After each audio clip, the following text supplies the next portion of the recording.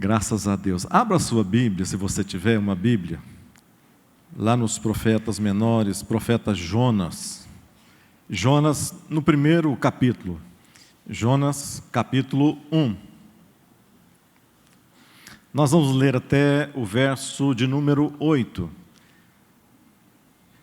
Essa palavra, eu sempre tive vontade de pregar sobre Jonas, mas eu nunca tinha pensado, eu já vi tantas pregações sobre Jonas. Aí me chamou a atenção, me saltou aqui aos olhos algumas perguntas aqui que foram feitas a Jonas durante esse processo dessa fuga de Jonas. Isso me saltou aos olhos, eu pensei, então é o momento de eu levantar e pregar sobre isso, sobre essas perguntas, porque eu vejo que toda pergunta ela tem um fundo para aquele que consegue responder as perguntas. Ele vai encontrar alguma coisa de preciosa e de valorosa, vai tirar alguns ensinamentos quando ele consegue responder a essas perguntas. E tomara que nesta noite nós consigamos responder a alguma dessas perguntas, ou todas essas perguntas, quem sabe, para que a gente possa tirar alguns ensinamentos práticos para a nossa vida. Vamos ler então? Eu vou ler a palavra de Deus, que diz assim, Jonas 1, verso 1. A palavra do Senhor veio a Jonas, filho de Amitai, com esta ordem: vá depressa à grande cidade de Nínive e pregue contra ela, porque a sua maldade subiu até a minha presença. Mas Jonas fugiu da presença do Senhor, dirigindo-se para Tarsis, desceu à cidade de Jope, onde encontrou um navio que se destinava àquele porto. Depois de pagar a passagem, embarcou para Tarsis para fugir do Senhor. Verso 4. O Senhor, porém, fez soprar um vento forte sobre o mar e criou uma tempestade tão violenta que o barco ameaçava arrebentar-se. Todos os marinheiros ficaram com medo e cada um clamava ao seu próprio Deus, e atiraram as cargas ao mar para tornar o navio mais leve. Enquanto isso, Jonas, que tinha descido ao porão e se deitara, dormia profundamente. O capitão dirigiu-se a ele e disse, e aqui começam as perguntas. O capitão dirigiu-se a ele e disse, como você pode ficar aí dormindo? Primeira pergunta, levante-se e clame ao seu Deus, talvez ele tenha piedade de nós e nós não morramos. Verso 7, então os marinheiros combinaram entre si, vamos lançar sorte para descobrir quem é o responsável por esta desgraça que se abateu sobre nós. Lançaram sortes, e a sorte caiu sobre Jonas. Por isso lhe perguntaram outras perguntas. Diga-nos, quem é o responsável por esta calamidade? Qual é a sua profissão? De onde você vem? Qual é a sua terra? E que povo você pertence? Somente até aqui. Podeis assentar? Essa é uma história do profeta Jonas, denominado, o nome de Jonas significa pomba. Esse homem é um profeta que morava no interior ali da Galileia, e Deus fala para Jonas e deu uma missão a Jonas. Deu uma missão para ele ir à cidade de Nínive. Nínive ficava mais ou menos a 750, 800 quilômetros ali de Jerusalém. Hoje a cidade de Nínive é a cidade atual de Mossul, do Iraque, aquela onde tem aquelas guerras terríveis, destruiu quase toda a cidade, na última guerra civil que teve, pelo nessa cidade de Mossul. Então Deus deu uma ordem para Jonas, para que ele pudesse estar indo a esta cidade pregar contra esta cidade. Mas o que fez Jonas? A Bíblia diz claramente que Jonas desconhece a voz de Deus e caminha totalmente contrário. Para ele chegar ele teria que ir até Nínive.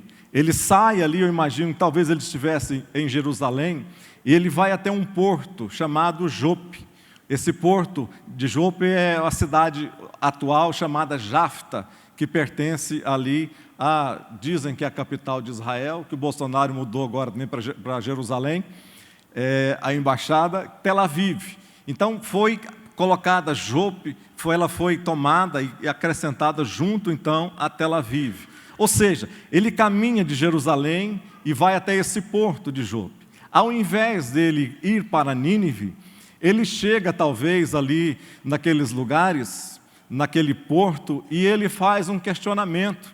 Aquelas pessoas que ele encontra ali, eu imagino isso, ele deve ter perguntado assim: onde que fica aqui o local, a gente pega um navio aqui para a cidade mais longe que existe daqui desse porto? Aonde que está o navio ancorado, ou que dia que sai esse navio, que vai ao local mais distante aqui do porto de Jope? Alguém deve ter falado para ele: olha, aquele navio ali, ele vai estar partindo para a cidade de Tarsis. Aonde que ficava Tarsis? Hoje, a cidade de Tarsis, ela é Sanlúcar, que fica no sul da Espanha. Ou seja, naquele tempo, a cidade de Tarsis ficava a mais ou menos 3.800 quilômetros de Jerusalém. Ou seja, demorava mais ou menos 1 ano para chegar de viagem até lá. O que Jonas queria? Num local tão distante desse. Era o fim do mundo, onde os navios fenícios eram os únicos que iam até esse lugar, porque eram cidades totalmente desconhecidas, eram consideradas aquele local ali no sul da Espanha, ninguém tinha coragem de ultrapassar aquele limite, porque imaginavam que as pessoas se perderiam totalmente. Então, Tarsis era o fim do mundo da era antiga, e Deus fala para Jonas ir para Nínive pregar. Mas Jonas agora não somente ele tenta fugir de Deus, mas ele tenta sutilmente ir totalmente contra a vontade de Deus. Mas Jonas esqueceu de uma coisa: nós podemos fugir de pessoas, nós podemos fugir de situações, nós podemos fugir de problemas às vezes, mas nós nunca podemos fugir de Deus na nossa vida. Ele talvez nunca tenha lido o Salmo, ele nunca leu o Salmo 139, que diz: para onde eu irei da tua presença, Senhor? Se eu for ao mar, ao mais profundo, o Senhor está. Se eu subir ao céu, as tuas asas estarão ali também. Se eu for o mais profundo, tu estarás no abismo, Senhor. Como poderei fugir? Ou seja, de maneira alguma, ninguém consegue fugir da presença de Deus. Mas Jonas tentou fazer isso. Eu imagino no coração de Jonas, por que ele queria fazer isso? Porque os assírios, na época, eram os povos mais bárbaros que existiam. Eles cortavam a cabeça também dos exércitos vencidos, das pessoas que eles derrotavam. Eles tinham a mania de cortar todas as cabeças daquelas pessoas e colocar e fazer grandes monturos com as cabeças dos seus inimigos. Também eles empalavam. O que é empalar? É pegar a pessoa em uma espécie de lança, colocar a pessoa, enfiar na boca ou enfiar no ânus da pessoa para sair até lá em cima, uma espécie de lança, e deixava aquilo pregado no chão. Ou seja, os ninivitas e os assírios eram as pessoas, eram os povos mais bárbaros que existiam. Então, eu imagino que o profeta Jonas, ele falou assim: esse povo não merece. Você já imaginou que muitas vezes nós pensamos que nós somos juízes, que nós somos juízes de determinadas causas, quando Deus nunca nos colocou para ser juiz de nada, nem para mandar alguém para o céu, nem para mandar alguém para o inferno? Não, o único juiz que existe é Ele. O que nós temos que fazer é seguir a voz de Deus. O que nós temos que fazer é obedecer à voz de Deus. O resto é com Ele, o resto Ele faz. Ele usa a minha vida, usa a sua vida. Aquelas pessoas que aparentemente eram pessoas impossíveis de serem alcançadas, para Deus não. Para Deus existe uma possibilidade, para que está escrito na palavra do Senhor, diz: existirá alguma coisa impossível para Deus? Será que existe alguma coisa impossível para Deus? O que vocês acham? Você já reparou que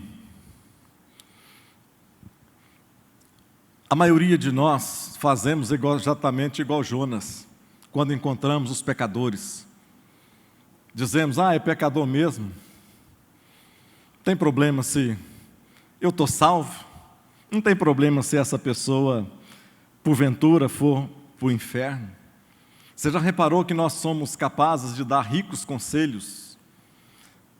Nós somos capazes de sentar com pessoas, nós somos capazes de dar conselhos às pessoas, somos capazes de ser intermediário na vida com problema de pessoas, mas nós somos incapazes de nos voltar para nós e dizer que nós estamos errados.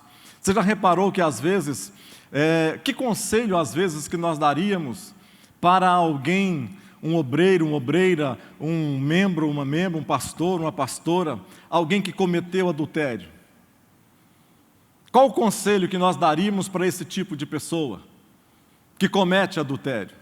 O que é mais fácil?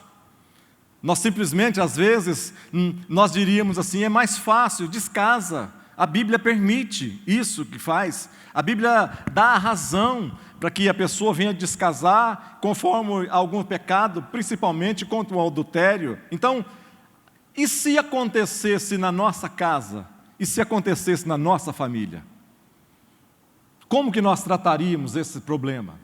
Nós somos muito bons, às vezes, para tratar com problemas dos outros, quando é na casa dos outros. Mas nós temos dificuldade de enfrentar as nossas próprias fraquezas, as nossas próprias dificuldades. Nós temos dificuldade de aceitar que nós somos falhos, às vezes, e temos muita facilidade em apontar o dedo, em julgar as pessoas, em condenar as pessoas e dizer: olha, essa pessoa que não vai para o céu de maneira alguma, essa pessoa não tem conserto. É isso que Jonas, no pensamento dele, que ele tinha, ele fez. Jonas teve algumas circunstâncias durante esse trajeto, tomou algumas decisões, que cada decisão que ele tomava, cada vez mais, ele se afundava. Cada decisão precipitada que ele tomava, a Bíblia diz que um abismo faz o quê? Chama outro abismo. O que Jonas faz? Deus manda ele para Nínive. A primeira coisa que ele faz é descer. A Bíblia diz que ele primeiro desce para Jope. Ele entra no navio ali em Jope. Depois de chegar em Jope, ele desce então e entra no navio. Depois de entrar no navio, ele vai para o porão do navio, cada vez descendo mais. Do porão do navio, ele vai ao mar, é jogado ao mar, desce um pouco mais. Do mar ele é engolido por um grande peixe, e a Bíblia diz que vai para as profundezas do abismo. E lá nas profundezas, ou seja, lá nos últimos lugares, foi que ele encontra a palavra de Deus na vida dele. Ou seja, para que ele pudesse ouvir a voz de Deus, ele teve que descer algumas escadas, alguns degraus na sua vida, de decisões que ele tomou errada, e essas decisões o levaram cada vez pior, para pior, para pior.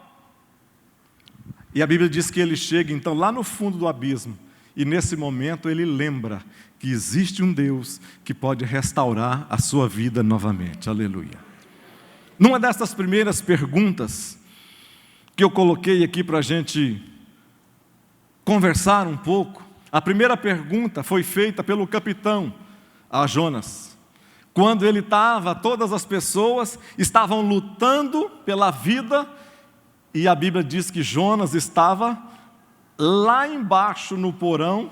Imagina uma tempestade tremenda abatendo sobre um navio, as pessoas jogando as mercadorias tudo fora, as pessoas jogando seus bens materiais tudo fora, para ver se salvava as suas próprias vidas. Enquanto isso, o homem que tinha mais culpa estava fazendo o quê? Dormindo. E o capitão chega para Jonas e faz a primeira pergunta para ele: o que fazes aqui, dormente? O que faz aqui, dorminhoco? O que você está fazendo aqui nesse lugar? Se a gente pudesse pegar... Você está dormente? Você sabe o que é dormente? Além de ser de dormir, da palavra dormir, de dormente, a gente tem algumas expressões que falam que alguém está dormente, é o quê? Pega-se, dá um beliscão em você, assim, vê se você está dormente ou não. Está dormente? Está assim anestesiado?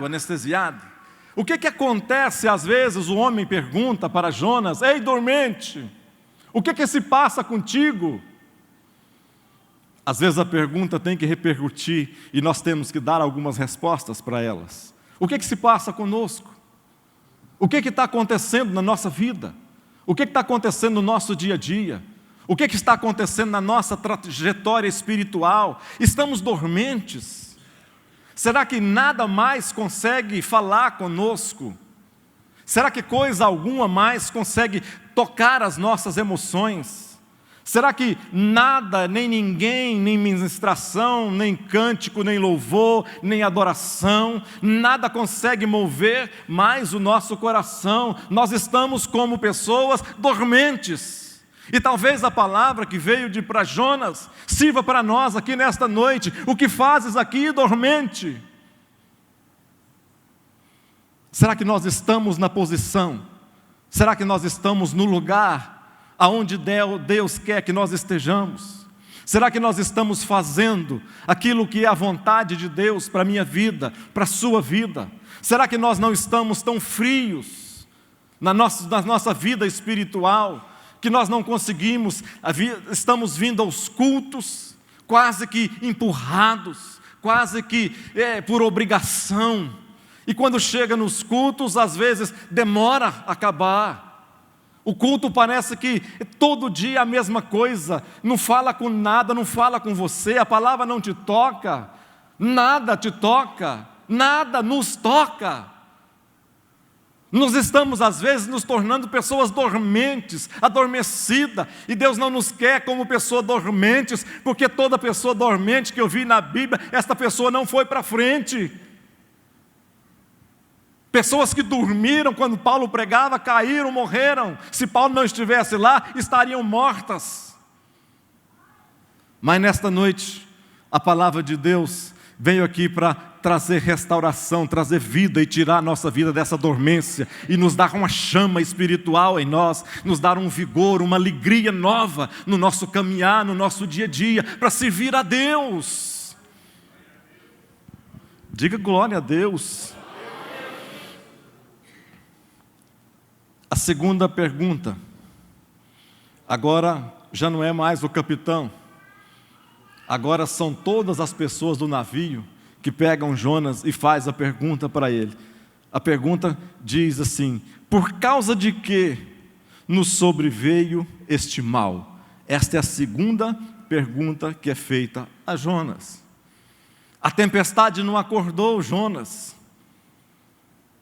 as ondas não acordaram Jonas, o balanço do navio, o movimento das pessoas, a gritaria das pessoas, não acordou a Jonas. A única coisa que acordou a Jonas foi alguém bater nele, primeiro chama ele de dormente. O que tu está fazendo aqui? Por que você não ora ao seu Deus? Porque está todo mundo invocando aqui o seu Deus, o Deus de cada um. E eu imagino que você tenha um Deus também. Por que você não está invocando esse Deus agora, para ver se Ele faz alguma coisa em nosso favor?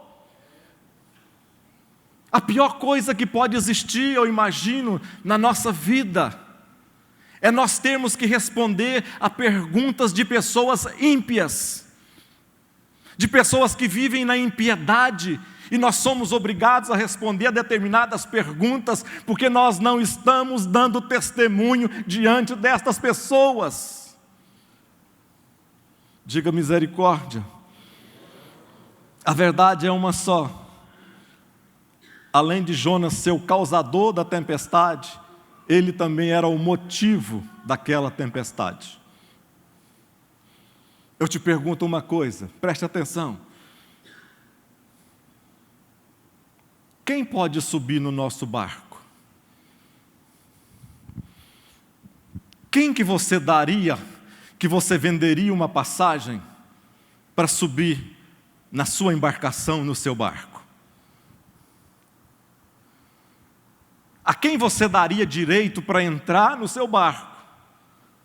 Aquele capitão, eu imagino que ele vende uma passagem de ida para Tarsis, mas ele não imaginava que ao vender um bilhete, uma simples passagem, ele estaria fazendo com que vidas estivessem sendo colocadas em jogo, a embarcação estivesse sendo colocada em jogo, ou seja, uma simples passagem de um navio foi capaz de causar um tumulto tremendo.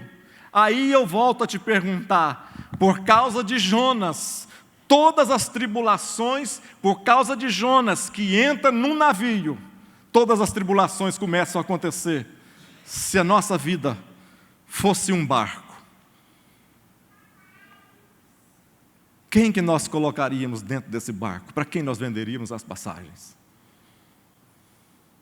Você já imaginou que conforme for as pessoas que você colocar dentro desse barco, podem causar destruição nas nossas vidas, podem causar tempestades nas nossas vidas? Quantas vezes nós estamos orando para que as tempestades das nossas vidas venham passar? Quantas vezes nós estamos de joelhos dobrados, dizendo: Deus, acalma essa tempestade na minha vida, sem nós entendermos que nós mesmos somos os causadores dessa tempestade e que Deus não vai fazê-la parar enquanto nós não estivermos no centro da sua vontade.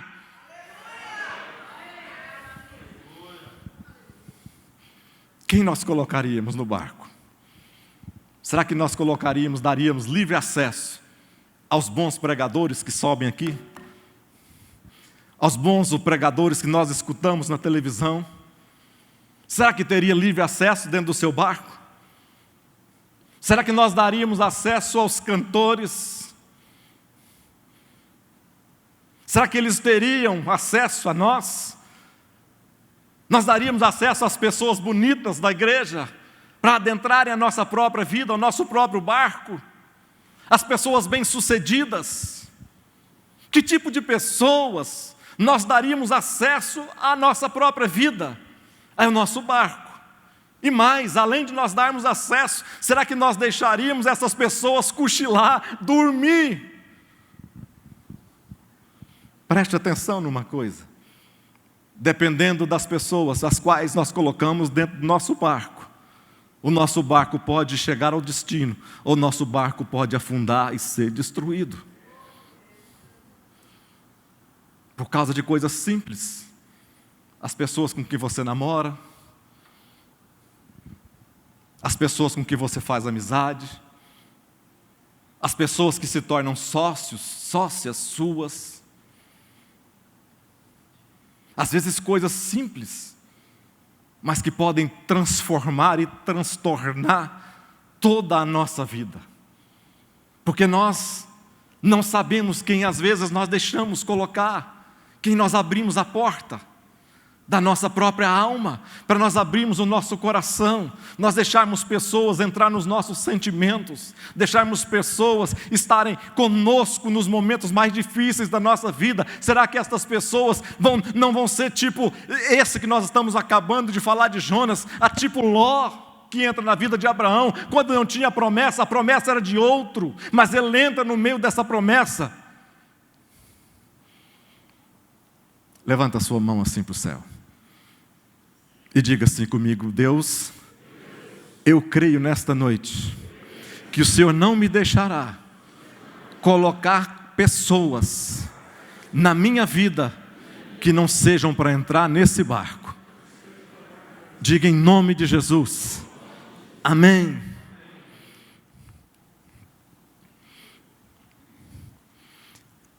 Aqui eu coloquei uma observação de que eu mais aprendo. Um outro erro daquele capitão, além de ter deixado Jonas subir no seu navio. Ele não tinha como saber.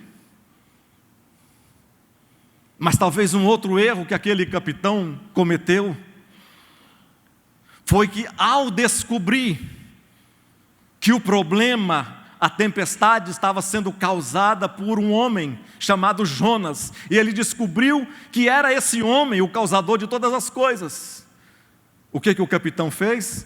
Ele tenta colocar todas as pessoas a remarem em direção à praia. Ele não ouve a própria voz do profeta, quando o profeta diz: olha, eu sou o problema.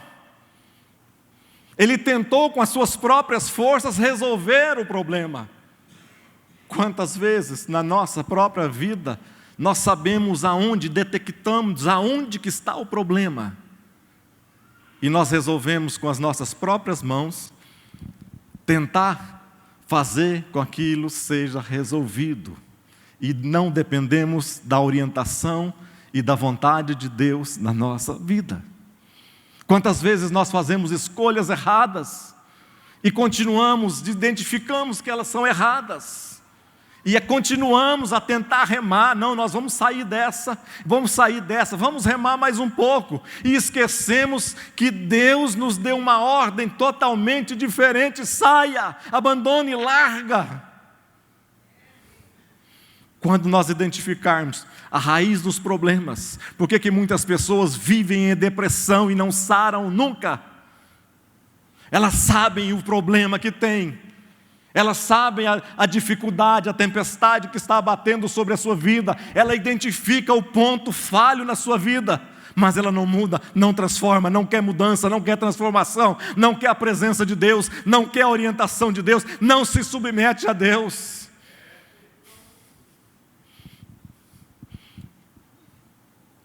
Vamos mais um pouco. Com aquela tempestade vieram os estragos. Toda tempestade, ela não vem sozinha. Aquela tempestade trouxe com ela dificuldades, transtornos. As pessoas perderam talvez a economia das suas vidas. As pessoas perderam talvez ali o que elas tinham durante toda a sua vida tentado conquistar na vida financeira. Talvez as pessoas estariam levando ali dentro daquele barco para levar para Tarsis toda a sua vida financeira ali, para vender, tirar de Jope, que era um porto ali totalmente comercial, e levar para Tarsis, um lugar desconhecido. Talvez as pessoas perderam toda a sua estrutura, ou perderiam toda a sua estrutura ali naquele lugar, por causa de um único homem, uma única pessoa. Uma pessoa que entrou na vida delas, sem que nem mesmo elas quisessem que ela tivesse entrado. Diga misericórdia. Deus arrancou a máscara de Jonas. Deus fez com que ele ficasse conhecido de todos. A Bíblia diz que eles, os funcionários, os empregados, os marinheiros, vendo a necessidade urgente, e no conceito antigo das pessoas, quando acontecia alguma tribulação, principalmente no mar, era porque alguém tinha um problema, ou os deuses estavam irados com aquelas pessoas, ou com aquela pessoa. O que os marinheiros fizeram? A primeira coisa que os marinheiros fizeram foi lançar uma sorte, ou seja, uma espécie de palitinho, né? Vamos imaginar eles jogando o palito ali para ver quem que era o responsável por aquela desgraça que estava acontecendo. Jonas estava dormindo, mas Deus não deixou Jonas ficar dormindo. Alguém foi lá e acordou Jonas, foi lá para cima, participou do sorteio, e Deus fez. Eles jogaram sorte, jogaram os dardos, jogaram os palitinhos, mas Deus indicou e colocou a sua mão e apontou na direção de Jonas. O problema é esse. Jonas queria passar a viagem inteira com a sua consciência, os seus pensamentos amarrados e a sua consciência tranquila, querendo dormir no lugar onde era para ele estar fazendo exatamente outras coisas. Mas Deus não deixou, Deus pesou a sua mão e fez com que as pessoas descobrissem ali. Ou seja, nada pode ficar oculto na nossa vida. Se nós queremos, se você quer que a sua viagem termine bem, que a sua viagem começada termine bem, nós não podemos deixar nada ficar escondido na nossa vida.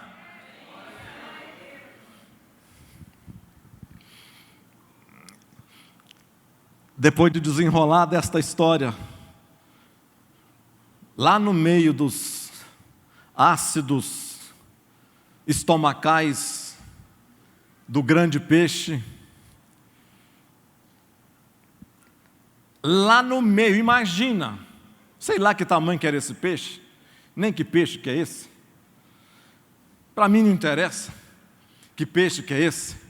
Mas imagina Jonas lá na barriga, dentro do buchinho do peixe, lá no meio de algas, marisco, sei lá, peixe morto, putrefado ali dentro, não sei quanto tempo, Jonas lá dentro daqueles ácidos do peixe. Aí a Bíblia diz que Jonas lembrou de orar. Todo mundo tinha orado, menos o profeta. Todo mundo tinha falado com seu Deus, menos o profeta. Mas a Bíblia diz que lá no fundo, quando está lá no fundo, Jonas ora. Ele ora por quê? Ele ora pelas pessoas? Ele ora porque está preocupado com as pessoas? Não. Ele ora porque agora o problema é com ele. Quantas vezes na nossa vida nós não nos preocupamos com pessoas que estão caindo, estão sendo mortas, estão sendo dilaceradas, perto de nós, junto conosco, nossa família, nossos parentes, nossos vizinhos, nossos amigos. E nós não nos preocupamos se pessoas estão caindo na caminhada, porque não é conosco. Mas agora Jonas se preocupa, porque o negócio agora é com ele. Às vezes nós só lembramos de Deus quando não há mais solução alguma na nossa vida. Deus fica sendo a última opção das nossas orações.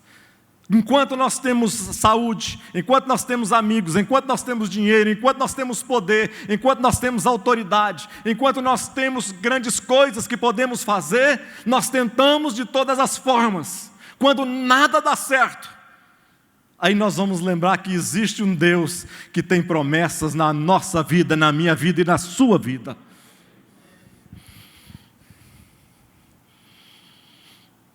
Deixa eu colocar mais uma pergunta.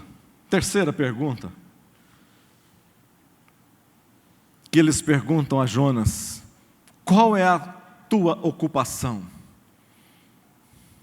Qual é a tua ocupação? Não é suficiente nós estarmos ocupados. Não é suficiente nós estarmos envolvidos na obra de Deus. Não é suficiente nós preenchermos todo o nosso tempo que nós estivermos disponível fazendo coisas para Deus. Mais importante do que total esse envolvimento nas coisas de Deus é nós lembrarmos e querermos envolvermos com o próprio Deus. Qual que é a tua ocupação? Com o que você tem se ocupado ultimamente? A sua mente, o seu coração, aonde você tem depositado as suas forças, as suas energias, onde você tem depositado aquilo que Deus te deu de melhor, o que você tem devolvido para Deus?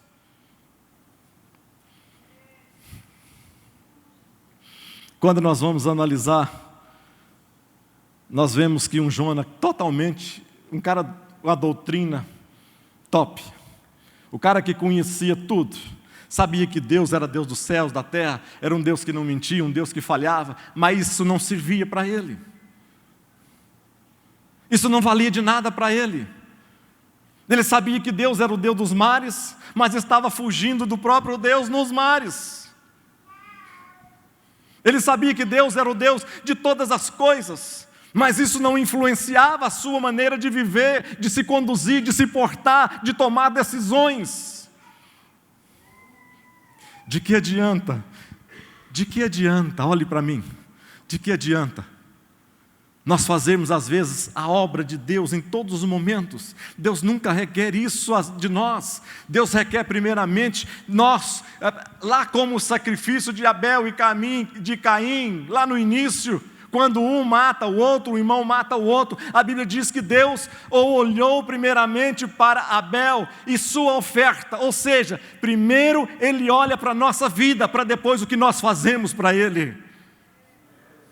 Deus olha primeiro o seu envolvimento pessoal com Ele, para depois aquilo que nós estamos fazendo na sua obra, porque na obra dEle, se não fizermos, a Bíblia diz que Ele levanta até pedras. Nós não devemos simplesmente nos preocupar com isso, nós temos que nos preocupar se nós estamos envolvidos com Deus de tal maneira que nós possamos estar ouvindo a voz dEle aonde nós estivermos. Quantos estão me entendendo? Diga amém.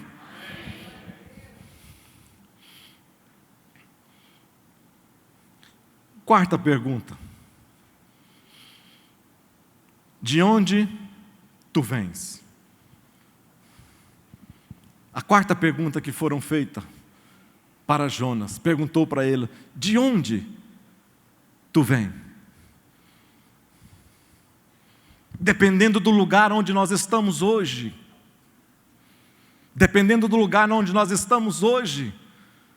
nós temos que lembrar onde nós estávamos ontem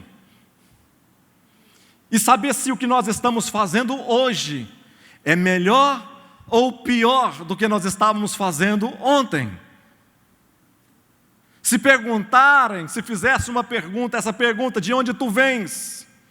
Se perguntasse para o filho pródigo, ele talvez dissesse: eu vinha da casa do meu pai. A casa do meu pai tinha o melhor. A casa do meu pai tinha todas as coisas que eu precisava. A casa do meu pai tinha amor. A casa do meu pai tinha alegria. A casa do meu pai tinha festa. A casa do meu pai tinha boi gordo. A casa do meu pai tinha trabalho. A casa do meu pai tinha paz. A casa do meu pai tinha alegria. Aí eu te pergunto a mesma pergunta: de onde tu vens? Será que o que você está fazendo hoje é melhor do que aquilo que você estava fazendo no passado?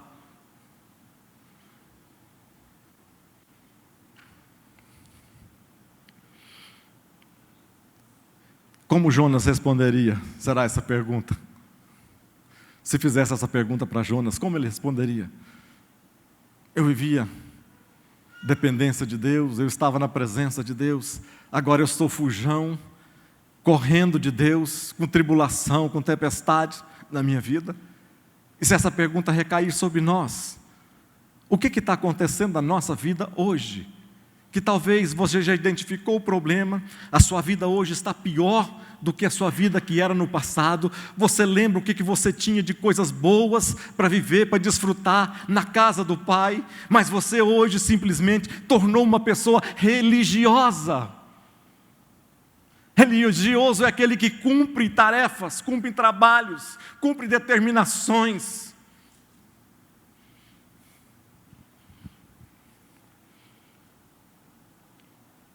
Quinta pergunta: qual é a tua terra de origem? Qual que é a tua terra de origem? Todos nós temos que ter raízes. Diga comigo: todos nós temos que ter raízes. Será que essa pergunta é importante? Porque se nós não tivermos raízes, nós não temos futuro. Se nós não tivermos raízes, a nossa árvore que está crescendo em direção acima da terra, se ela sem raiz, ela não vai prosperar, ela não vai dar folhas, ela não vai dar frutos, ela não vai dar nada, ela vai morrer, ela vai secar. Amém? E eu vou passar aqui para frente. De que povo és tu? É a última pergunta. A última não, tem mais duas que lá na frente que eles fazem, depois vocês podem ver. De que povo és tu? É outra pergunta que foi feita a Jonas.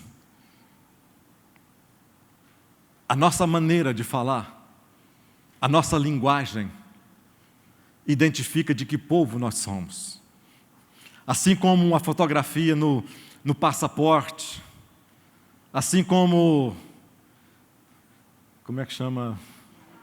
A digital, numa carteira de identidade ainda que não é digital, identifica quem nós somos. As pessoas olham assim e dizem, verdadeiramente é esse. A nossa fala identifica também quem nós somos. O que ele pergunta? De que povo és tu? Ou seja, de que maneira que esse povo faz? O que esse povo faz? Como que está a nossa fala? Como que está a sua fala? Será que você tem melhorado durante os dias? Será as palavras que têm saído da sua boca? Você já fez uma prova com você? Que tipo de palavras que têm saído da sua boca ultimamente? Será que as palavras que têm saído da sua boca no meio de pessoas incrédulas, ímpias, que não conhecem a Deus verdadeiramente, como que têm sido as palavras que têm saído da sua boca? Será que essas mesmas palavras podem testemunhar de que você é um filho de Deus? Ou sai da sua boca palavras vulgar, palavras chulas, piadinhas sem graça? Será o que tem saído da nossa boca? É o que disseram para Pedro, quando Pedro nega a Jesus. Perguntaram, rapaz, tu és um dele? Ele falou, não sou. Eles falaram assim para ele, é assim, a tua fala, as tuas palavras são como as deles. Ou seja, será que as nossas palavras podem ser identificadas como o nome que nós somos chamados de cristãos?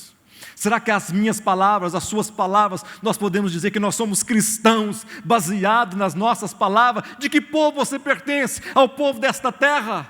Ou o povo que vai morar no céu? De que povo és tu? A nossa vida aqui nesta terra é passageira, o nosso lugar não é aqui, o nosso lugar é no céu. Talvez, eu sei que todas as perguntas, todos os questionamentos precisam de respostas concretas. Eu sei que de alguma maneira Deus fala conosco. Eu sei que de alguma maneira Deus consegue penetrar no nosso coração endurecido, empedernido. Eu sei que de alguma maneira Deus consegue romper a nossa dureza do nosso coração. Talvez uma dessas perguntas que esse homem teve que responder para um homem ímpio ou para pessoas ímpias, talvez uma dessas perguntas e suas respostas tenha até falado ou tenha falado com você nesta noite aqui. Eu queria orar nesta noite. Eu sei que a pregação, a palavra, não é uma palavra de conforto, não é palavra de incentivo, não é palavra de pôr você para cima,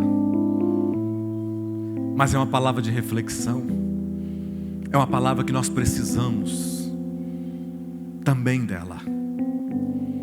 É uma palavra que nos faz pensar, nos faz raciocinar. É uma palavra que traz sobre as nossas vidas uma escolha. Escolhas que nós precisamos fazer todos os dias na nossa vida. Escolhas talvez essas que nós vamos dar liberdade a alguém para entrar no nosso barco. Escolhas que vamos fazer hoje, que vai influenciar a nossa vida daqui a 5 anos, 10 anos, 20 anos, 30 anos. E essas escolhas precisam estar centradas na vontade e direção de Deus. Jonas tentou fugir da direção de Deus, ele tentou fugir da vontade de Deus. Eu queria orar com você nesta noite.